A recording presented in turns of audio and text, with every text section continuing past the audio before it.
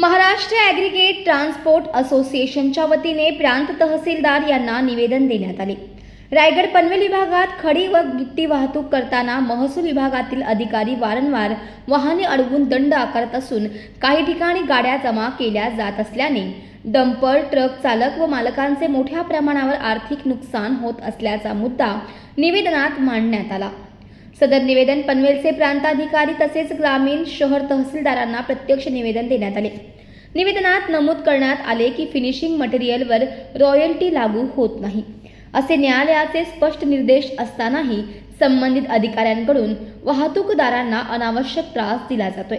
यामुळे कायदेशीररित्या व्यवसाय करणाऱ्या वाहतूकदारांवर अन्याय होत असून त्यांना विनाकारण आर्थिक नुकसानाला सामोरे जावे लागत आहे असे मत असोसिएशनचे सल्लागार जितू ठक्कर यांनी व्यक्त केले।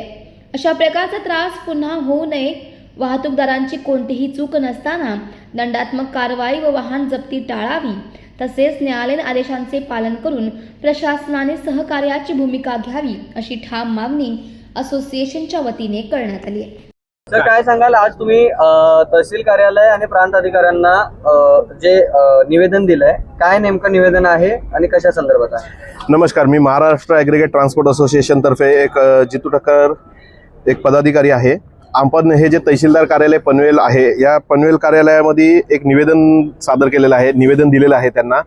आपलं निवेदन अशा संदर्भात आहे का आपल्या गाडीमध्ये जे ट्रान्सपोर्टर बिझनेस आहेत, आपले ट्रान्सपोर्टर मित्र आहेत, जे काही इकडचे सभासद आहेत, ह्या सभासदांना इकडच्या स्थानिक अधिकाऱ्यांकडून, स्थानिक मंडळ अधिकारी असतील, तलाठी असतील, यांच्याकडून बराचसा त्रास भोगावा लागतोय।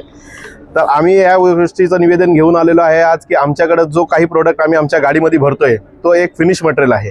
तो कुठल्याही पद्धतीचा मिनरल प्रोडक्ट नसून, गौण खनिज नसून तो एक फिनिश प्रोडक्ट आहे। आणि फिनिश प्रोडक्ट म्हणजे गिट्टी झालं, पावडर झालं, खडी झालं, हे फिनिश प्रोडक्टमध्ये मोडले जातात।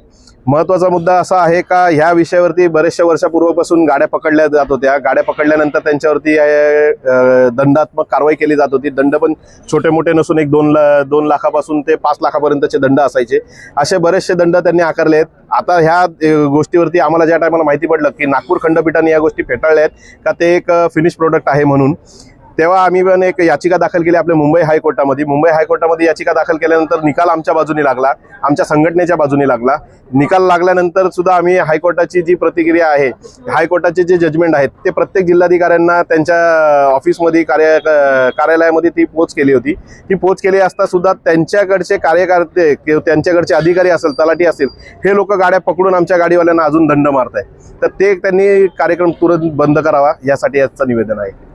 मिनरल आणि फिनिशिंग हा अधिकाऱ्यांना आपण कशा प्रकारे मार्गदर्शन कराल आणि भविष्यात वाहतूकदारांना त्रास होणार नाही अनुषंगाने काय सूचना कराल? मिनरल प्रोडक्ट म्हणजे तुमचं जे गौण खनिज आलं त्याला मिनरल प्रोडक्ट म्हणलं जातं। जे दगड असतात, ज्या खाणीतून निघले जातात, त्यांना गौण खनिज म्हटलं जातं। आणि ज्या एकदा त्या गोष्टीचं स्वामित्व धन किंवा रॉयल्टी एकदा भरली गेली का त्याचा जो प्रोसेस होतो, तो प्रोसेस झाल्यानंतर त्याचा फिनिश मटेरियल तयार होतो। फिनिश मटेरियलला कोणत्याही पद्धतीची एकदा स्वामित्व धन भरलं असेल किंवा एकदा रॉयल्टी भरली असेल तर त्याला परत रॉयल्टी घ्यायची गरज नसते असं शासन म्हणतंय। आणि हायकोर्टाने सुद्धा या गोष्टीवरचा खुलासा मांडलेला आहे त्यांच्या जजमेंटच्या आधारे। तर जे फिनिश मटेरियल आम्ही प्रोडक्ट भरतोय आमच्या गाड्यांमध्ये, त्याला रॉयल्टी लागत नाही, सेकंडरी पास, टीपी पास, हे कोणत्याही पद्धतीचं कुठलाही कार्ड लागत नाही त्याला।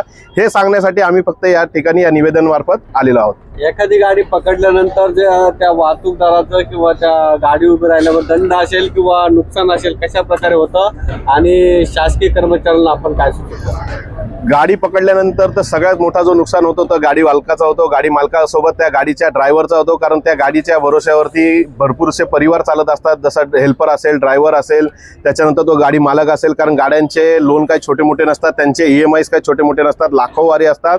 त्याच्यानंतर ती गाड्यांचे बाकीच्या गोष्टींचे एक्सपेन्सेस आहेत, खर्च आहेत, रोड टॅक्स आहे, ह्या सगळ्या गोष्टींचा भुर्दंड त्या गाडी मालकाला पडतो।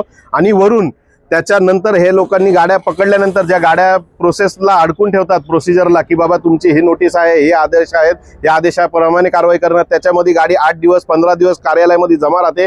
गाडी जमा राहिल्यानंतर त्या गाडीचा टायर आणि त्या बाकीच्या गोष्टींचा खर्च, ह्या गोष्टीचा पण भुर्दंड त्या गाडी मालकावरती पडतो। तर कृपया करून अशा गैरव्यवहार करू नये, आमचं एवढंच निवेदनामध्ये म्हणणं आहे की जे तुमच्या फॉर्ममध्ये बसत असेल तुम्ही त्याच गाड्यांवरती कारवाई करावी, अन्यथा त्या गाड्या त्वरित तुम्ही चेक करून गाड्या जागेवरती सोडून द्याव्यात।